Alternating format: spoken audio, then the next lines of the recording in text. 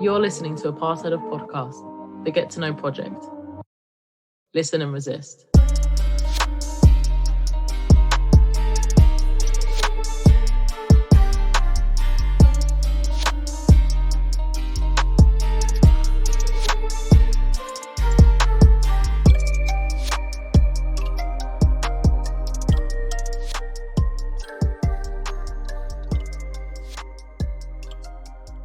Welcome back to another episode of the Get to Know project with Apartheid Off Podcast. This episode is another really important episode as we are joined by Faye from the Tigray Youth Network. First up, thank you so much for being with us and taking the time to speak with us. As you may have guessed, this episode is going to be on Tigray and the current Tigray situation. And let's just start there, Faye. If you could give us a summary, if you could give us an introduction into the Tigray struggle and what's been going on recently. Thank you so much for having me. It's a pleasure to be here, and it's always great to speak to people about things that are happening around the world, but obviously this is especially close to home because that's where I'm from and where a lot of my family live. So for those people who don't know, Tigray is on the northern part of Ethiopia. So Ethiopia is split into state regions, right? And one of the regions that is currently experiencing a genocidal war is called Tigray. Tigray, first of all, is a land with, over 5,000 years of history. Yeah. Over so many invaders have come and tried and died, and obviously the most that a lot of people may know about is the Italian invasion and how they were not able to colonize Ethiopia. And one of its rich history is it's within Tigray. They were unable to go past Tigray. So there's a lot of bloody history in that region, I guess. Yeah. From the 4th of November 2020, when the US election was taking place, the Ethiopian central government and the Eritrean dictator government, it's not a government, it's a dictatorship, decided to wage a war on the Tigrayan people.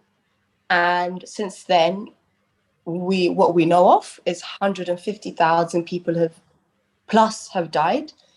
Over 22,500 women are seeking or will be seeking help for sexual assault, sexual violence. We have over 63,000 people that have fled to Sudan as refugees, who are, by the way, currently living in a very horrible state because funding has been cut for refugees. And so we are currently going through all sorts, Tigrayans are being bombed. So most recently there was a massacre in the Hausen region. So Hausen within Tigray. It's it holds a very painful history for us because we know in the 50s, King Haile Selassie had bombed it with the help of the RAF, the British RAF, and we had Mengistu Haile Mariam, who was the communist leader of Ethiopia, bomb it with the help of the Russians. Yeah. Yesterday was its 33 years, so it was our Martyrs' Day, 30th of our Martyrs' Day, and they were massacring people, and as if that wasn't enough, they were blocking all the ambulances from going to the nearest cities so that these injured civilians can get help, in order to obviously hide the atrocities. But our people have been so resilient, and they've been working endlessly trying to make sure that these things are not happening in the dark. So we have a hashtag Togaga Massacre on Instagram, and obviously we have hashtag Tigray Genocide on Instagram, and we try to have daily tweets to make sure that this is on top of the agenda. So and I mean, these are tweets that I've seen, and you guys have definitely done a great job of keeping this being discussed or on top of the agenda, as you were saying. And thanks for giving us that introduction, because I feel like it is one of the indigenous struggles. It's one of the liberation struggles that is currently, it's not given too much attention, and it's not given the attention that it deserves. But let's kind of shift the conversation. I'm sure we'll come back to some of the topics you mentioned in the little summary on what's happened recently and what's happened in this past, or it must have been coming up to 9-10 months since November. If we just come to the Tigray Youth Network itself and the work you've been doing, what do you guys stand for? And what is the actions, the activism that you've been doing maybe since you've joined, or if you could just provide us with a little summary on that too. Yes, I can do that. So with Tigray Youth Network, I actually started off as this very small, a WhatsApp group. And I think it was before this, it was just a few people wanted to just, before the war started, I think they just wanted to try and get the Tigray to get to know each other and to know a little bit about the history and their background. But at the same time, just have a little fun, do activities and stuff. And then the war started. And then somehow a lot of people were being, including me and my friend, added me to the group. And then that's how we started mobilizing. And we said, you know what? We have to do something about this because we can't just sit back and watch. At first, it was like, oh my God, look what's happening. And we will send pictures, we send videos, we send all of these atrocities that's taking place in Tigray. And from there, we've developed into an amazing team from that. And we've been working on sending emails, making sure people are on the news talking about it. One of our colleague, Melat, was on BBC the other day. She was also on Channel 4, going out of our way, reaching out to different organizations, reaching out to different MPs, reaching out to different people around the country that could possibly help with what's happening in Tigray. And obviously, we also have a sister charity. It's called Rise Up for Tigray. They've been doing an amazing job. And, because they've blocked aid from going in, we've somehow managed to penetrate into these different areas in Tigray and, deliver essential food, essential clothing, essentials just to these people. So, that's what we've been doing overall. We've also got a website where we hold daily tweets. So people can literally go on the website, look at the daily tweet campaign, click tweet, and that's it. We have the daily. The other day, it was on sexual violence against women, on refugee children, on obviously relating it to the situation that's happening in Tigray. So that's what we've been doing. Yeah, no, I definitely vouch as well, just from even your Instagram, your Twitter page. You've done an incredible job at making a cause that's obviously so personal to you, but make it that's often made invisible. You've made it so visible and so accessible for people, like myself, who up until a few months ago had relatively no idea what was happening. And it's incredible to see. I maybe just a follow-on question from that. What does it mean for you guys to be the youth, I guess? What's kind of unique about that? Because I'd love to hear what you think on that, especially coming from a student currently and being part of a youth organization with Apartheid Off Campus. So, as I was telling you earlier, we most of us grew up here in the UK or outside the country. Most of us, obviously, yes, we may be able. Some of us are able to speak the Tigrayan language. Yeah. Some people are not, and they're not as good. And we were always we were bred within the Ethiopian fold, right? We were told we're Ethiopian, so we mixed with other Ethiopians. We mixed with other Eritreans. We were just Ethiopian. Obviously, we had a Tigrayan heritage. We were Ethiopian. And though some of us knew a lot of our history, we, a lot of our family come from, I told you about the communist regime that happened. Yeah. Over 1,000 Tigrayan soldiers died in the 17-year war. And over 2 million people, Ethiopian, died, but 1.2 million out of the 2 million Ethiopians were Tigrayans that had died because of man-made famine, because of war, and because of the situation that had happened 33 years ago. So some of us knew this history, but not as deep, right? So we were not as connected to the Tigrayan identity as we were connected to the Ethiopian identity. So, some of us went through an identity crisis. That's what I like to call it. Yeah. It was an identity crisis. Oh, wait a minute. It's Ethiopia doing this to us. So we're in this fold, right? Mm-hmm. So as a youth, it means, I think, our elders have been such an amazing influence in terms of the way they've been an amazing backbone during this kind campaign, but the youth, I don't know. We're all still surprised at how fast we were able to mobilize.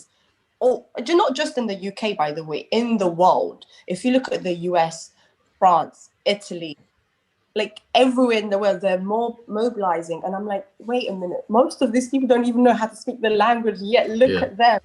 And I guess when it hits home, you know. And the worst part of this is that every one of us have been affected. Every one of us have lost at least one member of our family in 7 months.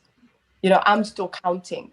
Someone else is still counting 6 members, 7 members, and they're yet to know how many members of their family have died. It's a genocide, right? Yeah. And there is denial of the genocide. And most recently, Pekka Haavisto, excuse me if I've pronounced his name wrong, but he's the EU envoy who had went to Ethiopia to meet with the Ethiopian officials, had actually come out with a statement and said that when I was there, the Ethiopian officials had vowed to wipe out Tigrayans for the next 100 years. This is what he heard with his own ears. Imagine what is being said behind doors. Imagine what's said in the dark. And so this is just, I don't know, we've somehow balanced it with other parts of our lives and trying to survive and trying to mentally keep sane.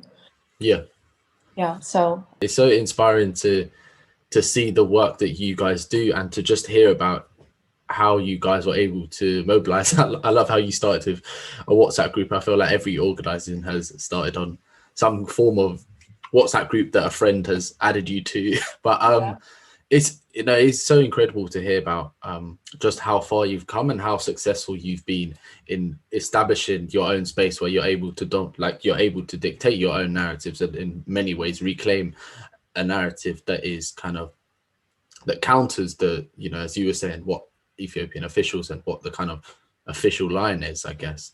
And it's also just really empowering to making that connection with Palestine, I guess, to hear another activist, you know, using that right language and using the correct terminology, you know, using words like genocide and ethnic cleansing. And that's where there is such a strong base level for solidarity between, you know, your movement and, you know, so many other indigenous struggles across the world. And I was wondering if maybe you wanted to speak to that solidarity and to that, you know, that connection that you've been able to form with other groups.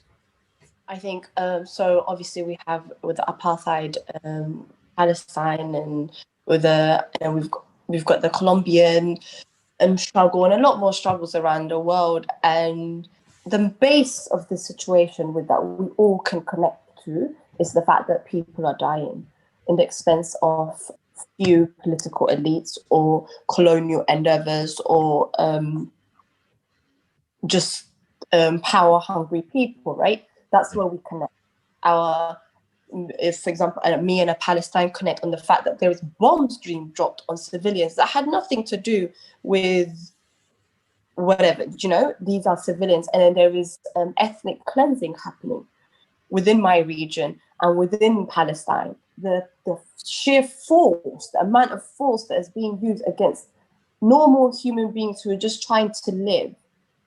And that connects me with the Colombian struggle. And then we've got the colonial or neo-colonialism that is taking place within, obviously, an African region, Palestine, within Colombia. And when we look at these, what connects us the most, I think, is, of course, our struggles in terms of the struggle against the elite members of our society, but particularly by the struggles against colonialism and neo-colonialism and the aftermath of colonialism and how that has left us in this situation and where we don't know if we're going to have a land tomorrow to call home, right? This is a lot of the time officials love to use the word ethnic cleansing because it's suitable for them, and it's also, you know, I don't know if people knew, I've only recently found that ethnic cleansing is actually not illegal in the world term. Yeah, there is ethnic cleansing happening, but really we can't do anything. It's morally corrupt. It's wrong, but it's not illegal. The same way slavery was wrong, but it was legal. Colonialism was wrong, but it's still legal. Was legal. So, so the right term rather than using ethnic cleansing, for me, is genocide, because that's what's being.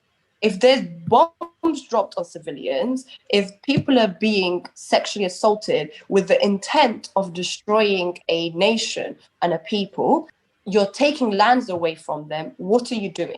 You're destroying a community, and the destruction of the intentional destruction of a community is a genocide.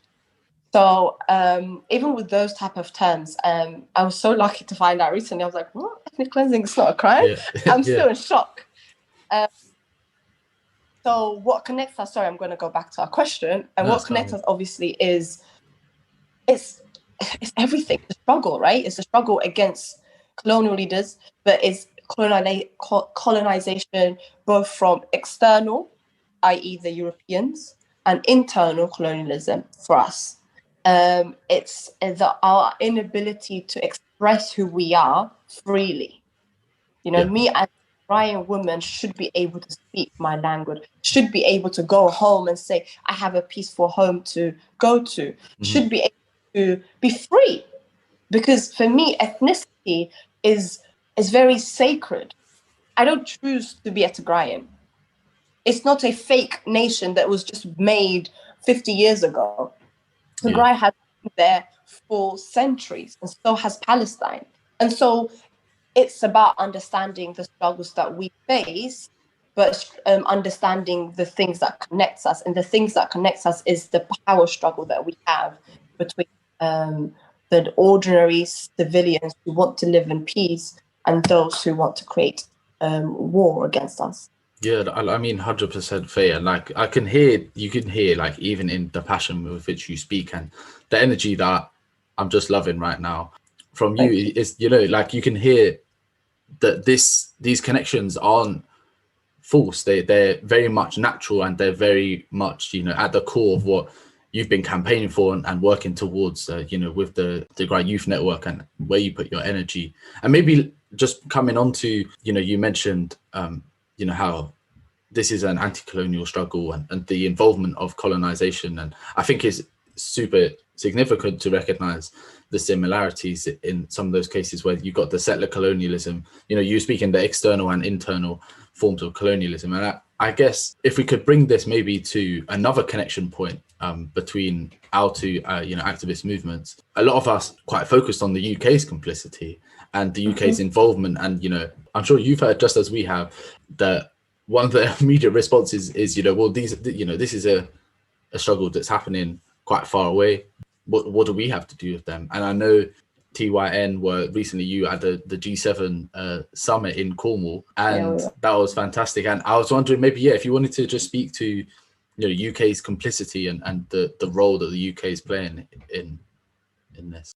So with the UK, usually Ethiopia and the UK have a very good relationship. But what it is that the UK can do more. They can sanction Ethiopia, for example, but they're refusing to do that. Most recently, on Monday, Ethiopia had a sham election. And the reason why we call it a sham election is because majority of the opposition have been arrested, have been killed. There is no free press. And while the election was happening, and one election observer has died. We believe he's been killed, but apparently according to the Ethiopian official, he died of some illness. So the UK understand this, and most recently they had actually said, it might get better after an election. And the reason it's just ridiculous, right? They know it's a genocide. We all know it's a genocide. Someone's selling them arms. Someone is selling them all of these things that they're using to commit all these atrocities. And also millions of pounds goes into Ethiopia because they are one of the biggest aid receivers from Britain. Yeah. And what we're saying is we have a leader like Abiy Ahmed who is hell-bent on creating terror, not just in Tigray, by the way, in majority of the other Ethiopian regions, and committing a genocide on its people. And the British government is complicit in this, by providing money. Yeah. Obviously, UAE drones were being used, and UAE buys their arms from the UK. So these are the complicities, and these are the active support that the Ethiopian government is getting. Yes, they are given this. They are actually coming out and saying, "Oh, what's happening in Tigray is wrong." Anyone can say that. Thank you for telling us that it's wrong. Been telling you it's wrong. Yeah. What we want is actions against the Ethiopian government. What we want is the money that is going to Ethiopia to cease, to stop until the genocide has stopped. Most recently, CDC has also invested in Ethiopian Telecom. We have Vodafone, who had invested in Ethio Telecom. And Ethio Telecom has been one of the ways that the Ethiopian government has oppressed us. During the genocide, what they did was they shut down all forms of communication, all forms, internet, phone calls. We couldn't reach our families for months. Yeah. Some of us haven't reached some of our families until now. It's going on 8. And so understanding this, and we have corporations like Starbucks who still buy their coffees and the coffees from Ethiopia. Ethiopia is one of the biggest flower exporters, like as in, the roses and stuff. Yeah. Flower exporters, and Britain buys a lot of them.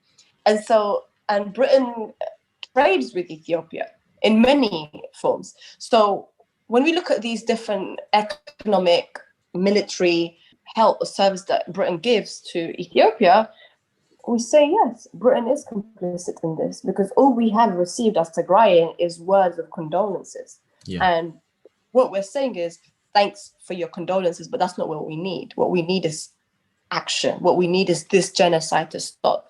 And what we don't need is another hashtag never again Tigray genocide, right? We have hashtag never again Rwanda, Bosnia, Armenia. Like, we really don't want a never again situation right now. We want it to stop immediately. And the UK government is doing nothing to stop it.